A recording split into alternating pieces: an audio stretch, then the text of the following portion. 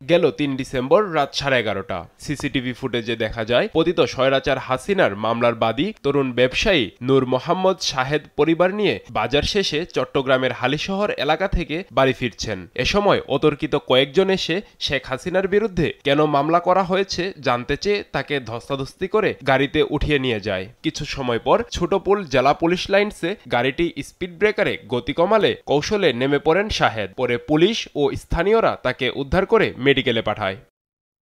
চিকিৎসা শেষে ভুক্তভোগী শাহেদ থানায় গেলে মামলা নিতে অস্বীকৃতি জানায় হালিশহর থানা পুলিশ।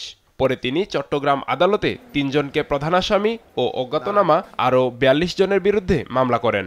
ফেসিস্ট শেখ হাসিনার বিরুদ্ধে মামলা করায় নিরাপত্তাহীনতায় ভুগছেন বলে জানান শাহেদ। শপিং মলে যাই, কেনাকাটা করে হালিশহর জেনারেল পার্ক থেকে যখন আমি বাইর হই, উপস্থিত ৪০-৪২ জন মানুষ আমাকে আসি ঘেরাও দিয়ে ধরে এবং আমাকে বলে যে আপনি প্রধানমন্ত্রীর বিরুদ্ধে কেন মামলা করেছেন এবং আপনাকে আমরা বারবার না করেছি বিভিন্নভাবে।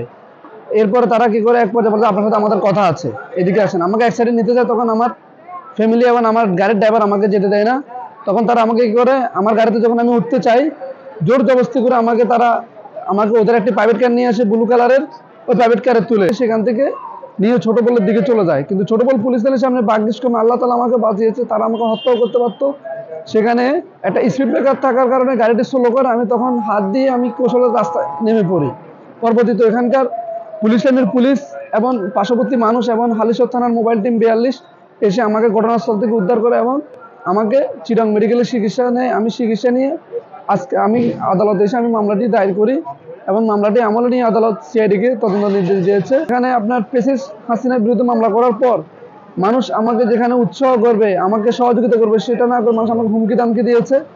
অলরেডি এখন এই মামলা করার পরও আমি নিরাপত্তাতে বলছি, আমি প্রধান উপদেষ্টা বরাবর আমি আমার জান বিজ্ঞেছে আমার একটা আবেদন লিখেছি যেন প্রধান উপদেষ্টা যেন এই বিষয়টা খেয়াল করে, যেন আমার জানের নিরাপত্তা নিয়ে, আমি আমার ফ্যামিলির জানের নিরাপত্তা নিয়ে আমি খুব শঙ্কার মধ্যে আছি।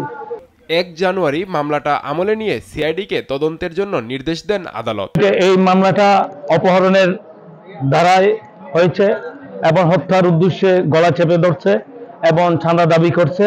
এগুলো বিজ্ঞ আদালত বিশ্বাসযোগ্য হয়ে তদন্তের জন্য সিআইডি চট্টগ্রামকে প্রেরণ করেন।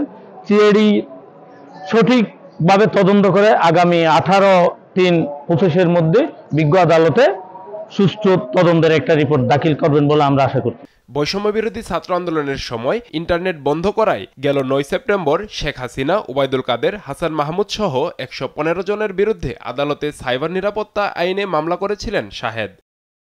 নিউজ ডেস্ক, দেশ টিভি।